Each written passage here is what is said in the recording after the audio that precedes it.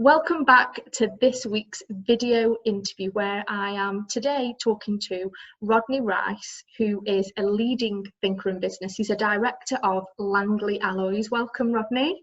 Good morning. Good morning. Nice to finally meet you, because normally obviously you deal with the wonderful Katie, so it's nice to actually see your face. It's been a little while, but we've done a few assignments now over the last 6 months, haven't we? So, yeah. Well, not 6 months, maybe 12. The last 6 months has been a bit strange. Yeah, the last 6 months has been very strange. No, it has. It's wonderful to have you on here. And as you said, we are one of your recruitment partners, and I'm delighted that you're chatting to me. So, you know, I really do thank you for your time, because I know it's an incredibly busy period for you. But yeah, the last 6 months, or maybe, would we even say 7 or 8 now, maybe? I think. Yeah, we're in October, so. It's going to go on for a while as well now, so it is. I think we're going to have to say a thing. Yeah, we're not going to put it as a period, are we now? I think it's just going to say during this time. I think that might be safer, because it's certainly not over, is it? And to be fair, that's what I wanted to talk to you about today, if that's okay, because I feel your business has been a shining example of how you've had to manage the situation and have come out of it with a really positive approach.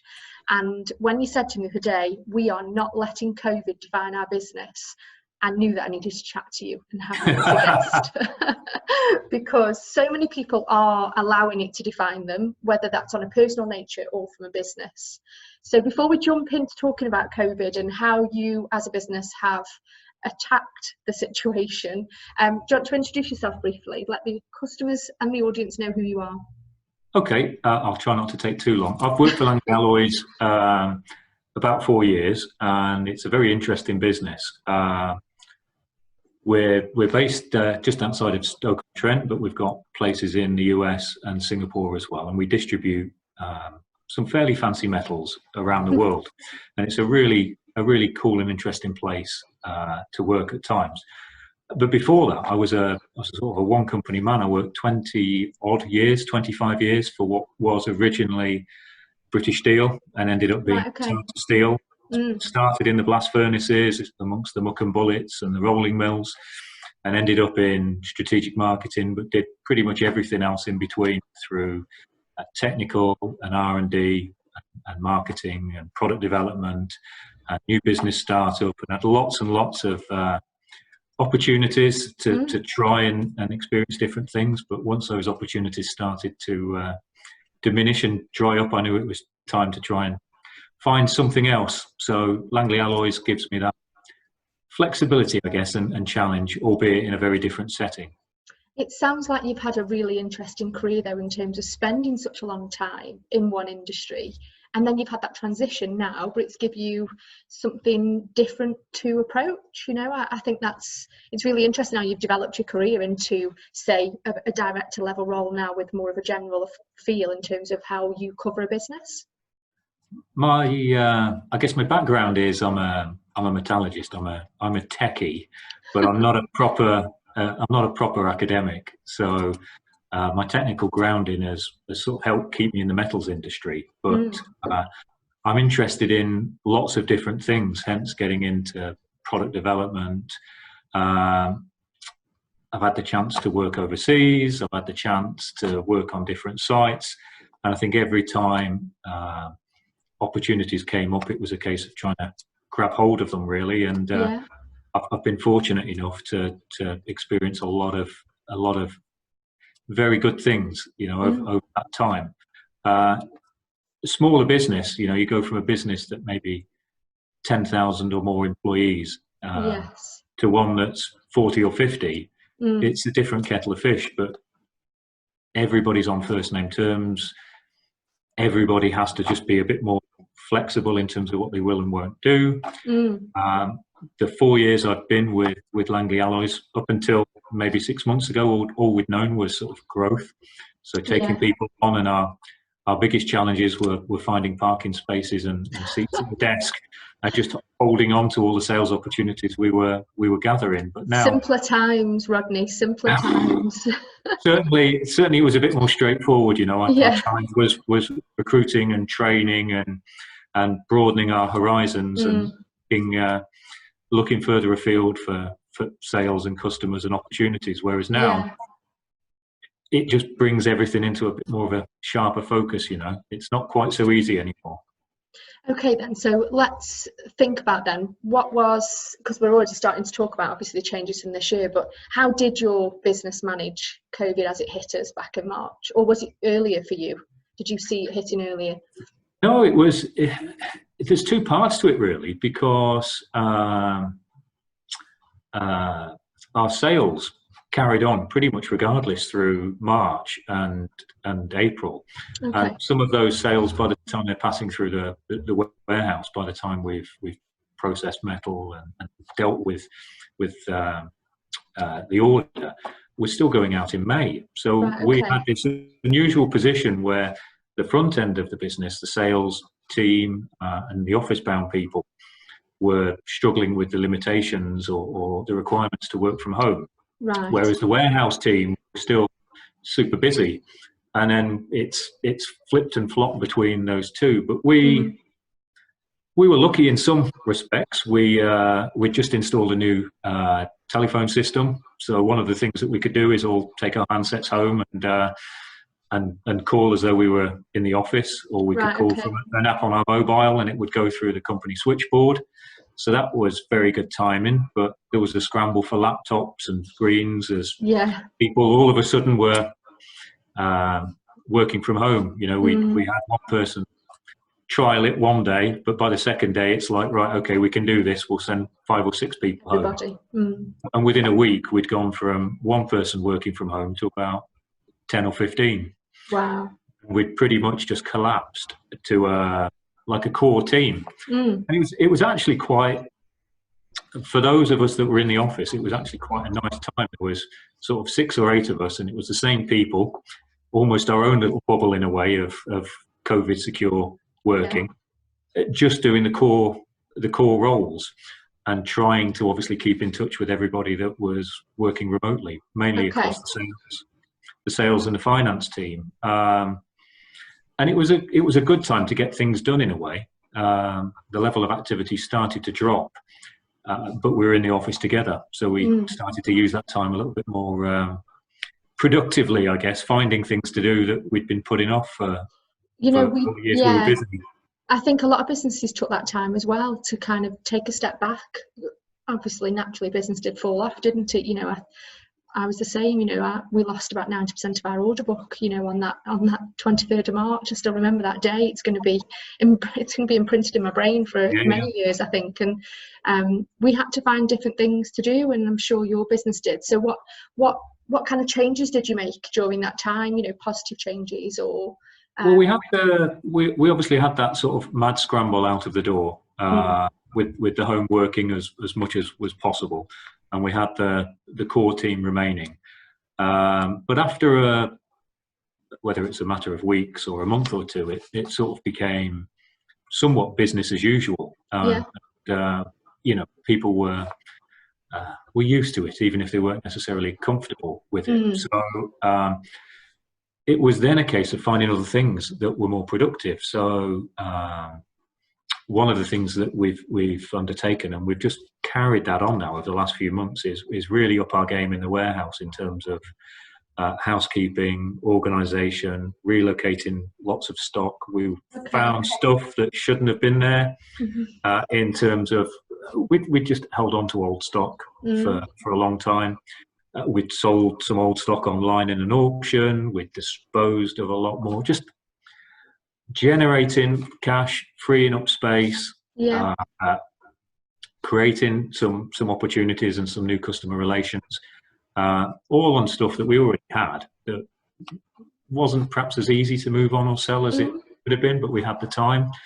The sales managers have really sort of thrown themselves into prospecting and going through their call lists, but more recently now the exhibitions that we haven't been able to travel to, some of those are starting to pop up now as virtual exhibitions. Virtual, yeah, well, but actually they've been, 1 or 2 of them have been really quite positive. So one of my sales managers was working from home for a couple of days last week, not because he wanted to, but because he needed to be up at 4 or 5 in the morning because we were clocking on to a virtual exhibition in Malaysia.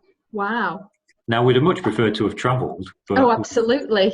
we've foregone the 12-hour flight and the jet lag for a couple of early starts instead. But still being able to engage with customers and find new people to talk to during that period. For me personally, one of the things that I was able to do, I had a sort of a quietish period once I dealt with the day-to-day sort of scheduling and releasing work to the warehouse. I just started generating a whole ruck of technical blogs for our website.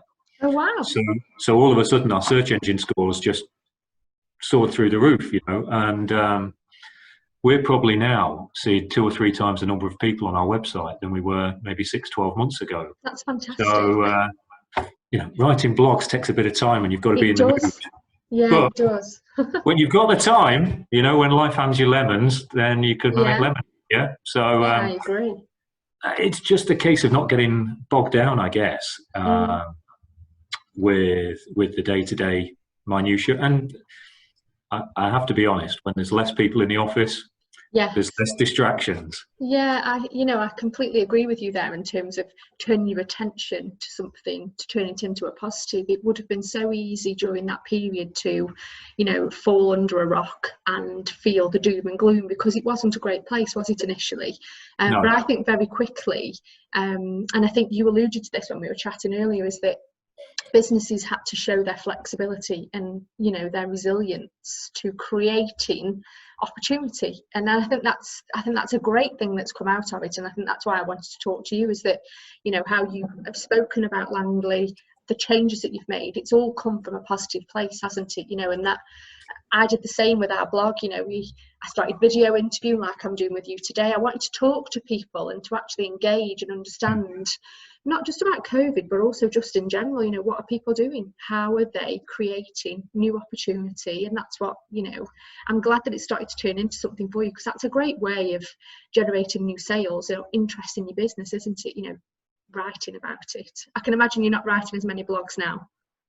I haven't. I've had a bit of a barren couple of months. And it was a time and a place. I mean, when you talk about flexibility, perhaps, one of the things that we had to do, but it was for the benefit of some of the team. Going back to March, we had people that struggled with childcare arrangements, which we can both empathise with. Yeah, exactly.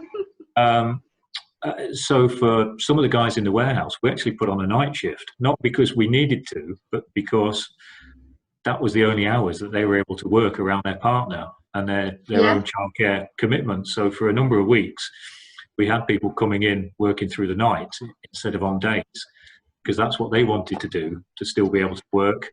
Yeah. And it helped the business, but it helped them as well. And that was a bit of an extreme. Yeah, I don't think I've heard of that before, in terms of like flitting your day, because that makes perfect sense, because the amount of working parents I spoke to that were really, obviously, it's my business, so I could definitely manage my day and my nights, and I did a lot of work in the evenings, but for employees in a business, they just couldn't work 9 till 5 because they had children at home that also needed to be in education to a degree. And so I think that sounds so creative, but also it just makes sense. Flippy day. It was perhaps not something that we'd necessarily choose to do, and it's not something we're doing now, but it was a means to an end, really. It was a sticky time and there was no real downside, so why not try and accommodate that sort of thing? But I think we're in a sort of different phase a little bit now, that if anything, we're trying to encourage sort of safe working and more people together in the office. So we've found office space that we didn't necessarily know we had. We've reconfigured offices that were redundant. We've moved people around within the building. And pretty much everybody that was with us back in March is still with us. And most of those are in the office on a daily basis now, but we're just much more spread out. We meetings in the reception, and we moved away our big meeting room and put desks in it, etc., etc., etc. So we've got all of that 2-meter social distancing stuff going on. But in terms of the interaction of our business, whilst we can work from home in principle, I don't think it's necessarily as effective for us as being together in the office. The number of interactions that we need sometimes between a salesperson, somebody in the finance team to tell us about credit and payment terms, and then logistics, and then the warehouse. Those conversations can literally happen in 2 minutes if you're all I agree around each other, but very difficult where 3 of the 4 people are on the end of a telephone line. Yeah, I think a lot of businesses have felt that pain. You know, we all just managed it, didn't we? You know, businesses had to revert to, you know, going back home, and I think it made it harder to communicate. And I think by the end of, let's say, a 2 or 3 or 4 month period, people had work from home fatigue, I think they're calling it. I definitely had Zoom fatigue. You know, I was on Zoom meetings every day, and it was tiring. It's so much easier just to talk to someone over the desk at a socially distanced space, and you resolved an issue very quickly, haven't you? And I think when you do have teams like yours that interact with so many different departments, if we can make it safe for people, I'm a huge advocate of being back in the office environment. It's a difficult one, because I do understand the logic or the pressures of work from home if you can, but so for instance, you know, our back office IT system is pretty powerful, and it has to deal with a lot of moving parts in terms of stock processes and pricing and the rest. And the guys will grumble when they're in the office about how slow it can be, because they can work much more quickly than the system can keep up. But you factor in an intermittent Wi-Fi of somebody working from home, and it really, yes, it can be done, but it's not quite as it's not as robust, dynamic and robust for sure.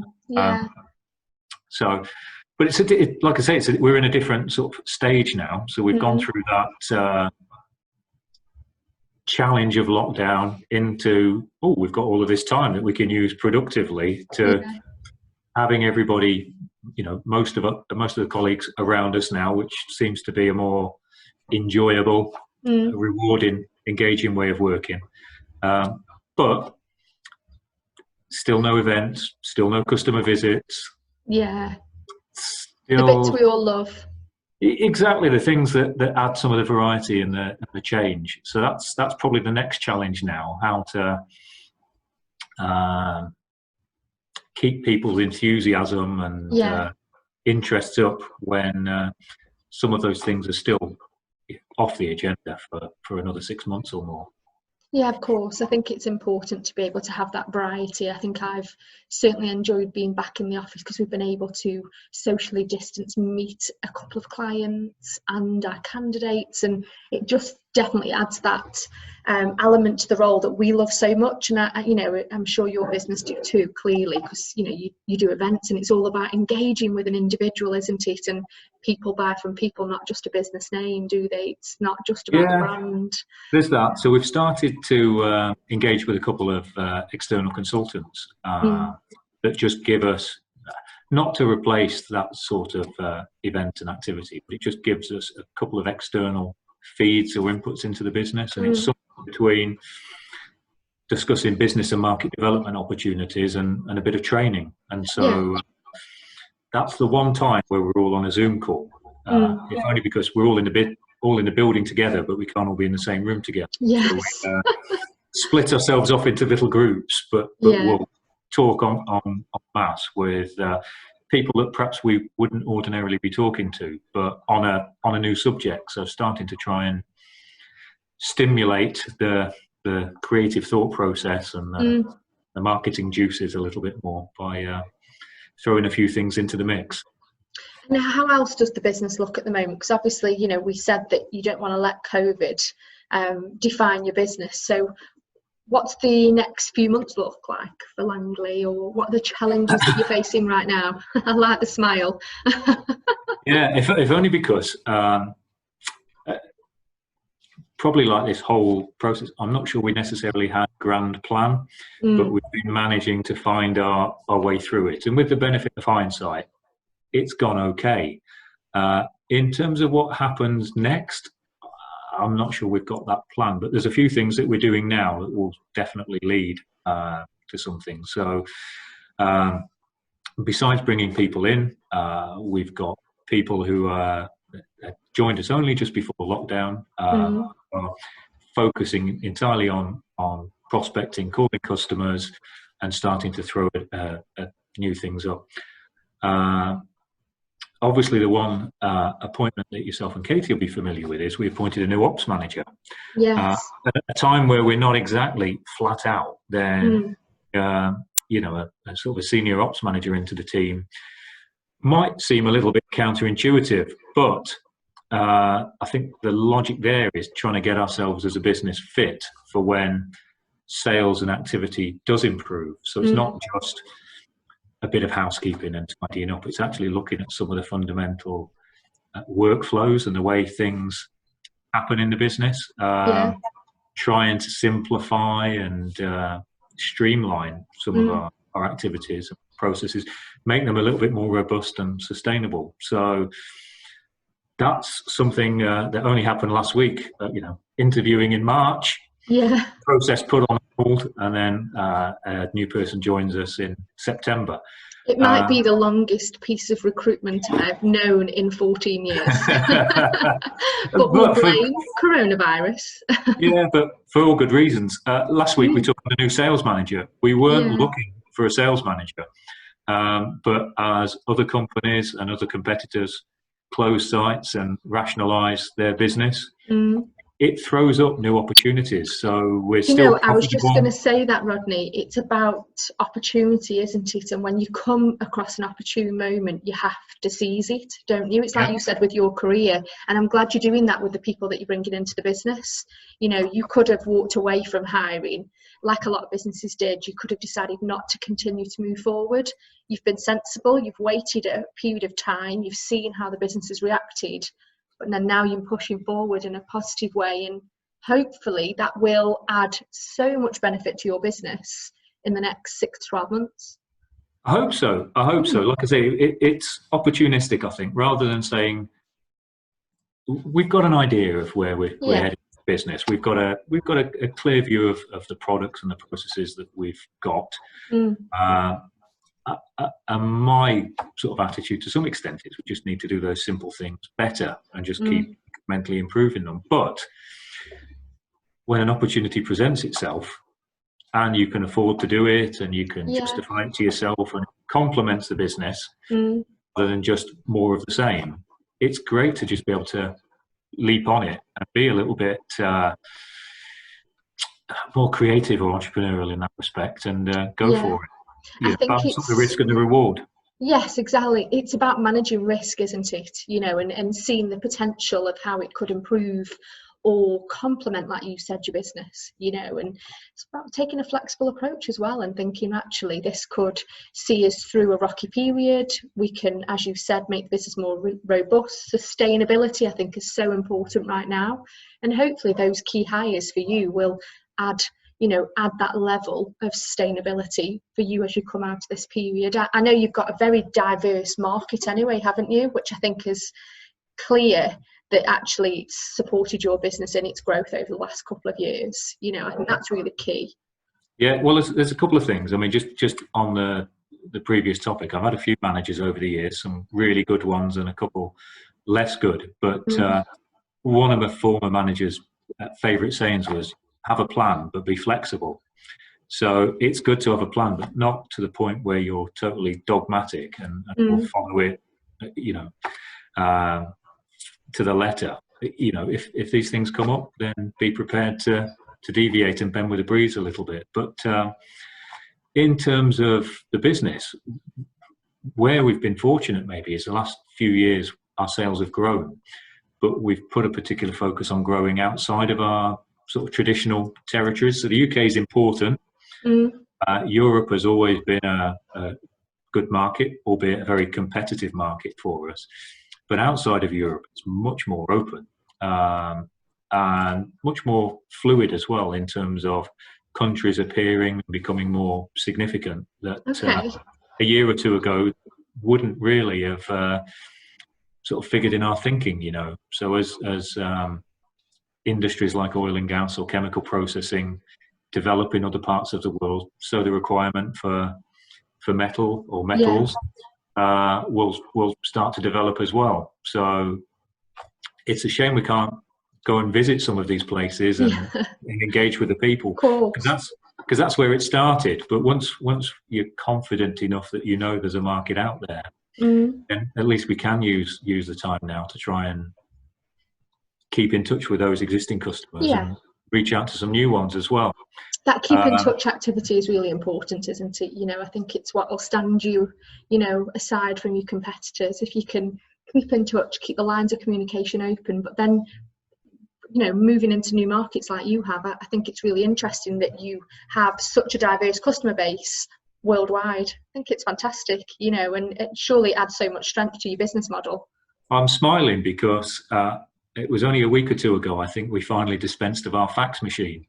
And the sort of running joke would be that there will be a couple of small UK companies somewhere that will still be on a dial-up landline and will still send us faxes. What's a fax machine, Rodney? Well, exactly. You know, go and ask your parents. But the flip side of that is that you know, forget about fax machines, email. Most of our Indian friends and customers, myself and my colleague Joel, who looks after that sales territory, we're much more likely to be talking to those people on WhatsApp. Oh, right, okay. And forget about email. An email is only when you've got an order, but getting WhatsApp or messages at any time of the day. But that's the way of doing business. You know, I think we've seen a massive transition of communication over the last few months as well. I think a lot of our relationships have strengthened. You know, I think we ended up, I've always been a person that's tried to get to know our customer base, but I think we've definitely got to know the real people behind who our customers are, you know, and not just the front that you see from a business perspective. But we're talking to more and more of our candidates and clients on WhatsApp and on text message than we ever did before. Not doing business, so to speak, that would always end up going onto an email, but just the way of communicating, I think to a degree, is relaxed and has become more personal, which I love, especially in our industry, Rodney, where, you know, you're dealing with, we're ultimately selling, aren't we, to a degree, you know. Absolutely. If you can soften that process and make it more human, I think that's brilliant. A perfect thing to come out of such a challenging period. It's maybe not related, but I mean, we've gone and added web chat onto the website as well. So hardly a great leap forward, you know, hardly something that hasn't existed for a long, long while. But whilst we've got a sales team that can't leave the office or leave home to travel, but they can pick up inquiries that are coming through on a web chat, which again, almost just by definition, is a much more informal, free-flowing type of engagement. Yeah, exactly. Well, it generally starts off with a question, trying to do this, or what would you recommend for that? And it ends up then becoming, ideally, an inquiry and a sale. But again, how can we best use our time? And for something like that, that's actually more than paying for itself in terms of the time we spend, the level of engagement we're getting through that. But it's a bit more difficult to manage, you know, with websites and events, and now thinking about social media and web chats, and now WhatsApp as well. But if somebody will find you, they'll find you in the way that's most comfortable or convenient for them. You're right, it's about it being most convenient for the customer, isn't it? You know, and as long as you have the ability to communicate with them on those different levels, you know, ultimately people are going to come to you because they want help, don't they? They want guidance. Now, knitting all of that communication together is a bit more challenging without spending gazillions on an all singing, all dancing system. But that's the benefit then of having people working a little bit more close to each other. You know, that water cooler moment, you know, in the UK means I'll bump into you, you know, passing through the kitchen on the way to the kettle. But you'll never guess who I've just been speaking to, or, oh, we had one of those yesterday, or et cetera, et cetera. That helps knit it all together. You know, that being in the office is the glue that holds all of those disparate conversations and communication channels together. I agree, and I think that's a great way to look at it in terms of the benefit of having your team back together. You know, I get that there's a lot of businesses out there that it doesn't make sense for their teams to be commuting. You know, I think if people live in the cities, they've had a huge impact on their, you know, their work-life balance, hasn't it? You know, I know you commute, and you know, I can imagine if you worked in the city in London and you're commuting 3 or 4 hours a day on a tube, well, most businesses aren't going to force their people back into that environment, are they? But if the benefit is of being back in a team environment like your guys are, the importance of the level of communication and team culture, the value of that, I think it's really important to recognise. Well, and you have to take the guidelines or the instructions with a degree of interpretation. So for our site where it's located, I mean, we're in a built-up area, but public transport's just a non-starter. So everybody that works here is making their own way in a car on their own. So there's no public transport issues or health concerns there. And then as far as the office environment goes, we've done as much as is practicable and taken a lot of people out of the one space and found other working spaces for them. And I think in general, most people are happier to be in and have a defined working day and a defined working environment. You know, they've got their dining room table back, or I think there was an element, Rodney, wasn't there, of blurred lines in terms of your working day when you're at home, because people were trying to factor in so much, you know. And if you've got working parents, like you alluded to earlier, their working day wasn't traditionally a 9 till 5. It was impossible, wasn't it? And you couldn't expect them to do it. I absolutely, as soon as the schools opened, I was back in, you know, working traditional working hours without George around me and without the challenge of a husband working in a different office as well. And you refocused, you know, don't get me wrong, I appreciated that few weeks at home where I'll never get that time back with George, will I? Never get that one-on-one. But from a business perspective, like you, it's better for us to be back together as a team. Just that camaraderie and sharing ideas, it adds so much, doesn't it? It does, and I think the next few months we'll put a bit more thought into you know, how we can keep it sort of safe and secure, but try and introduce a bit of variety and fresh challenge into the mix. And one or two people have already turned their thoughts to the Christmas party, and we're not obviously going to have one, but what could we have done? What could you do instead? Yeah, exactly. And it's that element of life goes on. It does, and it's only 1 year. That's how I look at it, Rodney. It's 1 year. If we say that now. Well, I know. I'm just gonna keep positive. I kind of think 2021 is going to be the year of adventure, you know, because everything was put on hold. And this year, Christmas parties. I've heard a lot of our customer base saying that offices like yours, where they're large enough to have people at a social distance, they're bringing in caterers and they're having an afternoon Christmas party where down tools at midday, put the party hats on, everyone has, you know, a couple of drinks, make it safe, food, caterers in, and that's what their Christmas party will look like this year. That's the alternative. Now you give me a few ideas. Yeah, which I think actually is a great alternative. You know, obviously Katie and I and our new recruit, which is exciting, be okay for us. We're only 3, so we can go to a pub. Whereas when your teams are bigger than 6, I think an open office plan Christmas party is a great alternative this year. So perhaps get your thinking cap on. Yeah, it's a bit chilly in the warehouse maybe for us to fit everybody in, but where there's a will, there's a way. Woolly hats as a Christmas hat instead. Gloves to keep everyone warm. We've been spoiled the last couple of years with going to the races, so it's a shame that we won't do that this year. But it could be a lot worse, you know. It could, and that's how I keep looking at it and keep saying to people that are disappointed by those things, because they do mean something, don't they? But ultimately, it could be a lot worse. The business could have really suffered and really struggled, and you might not have a team to have a Christmas party with. Whereas if you've got a team and you've got a business that's survived this period, that's a win, a huge win, isn't it? And if one or two of us just grumble that we can't go and travel overseas, to go and see somebody or visit something or other. It's not exactly the worst thing that could have happened if you go back to March and mass furloughs and national lockdown and everything else. So a case of making our own entertainment, I think.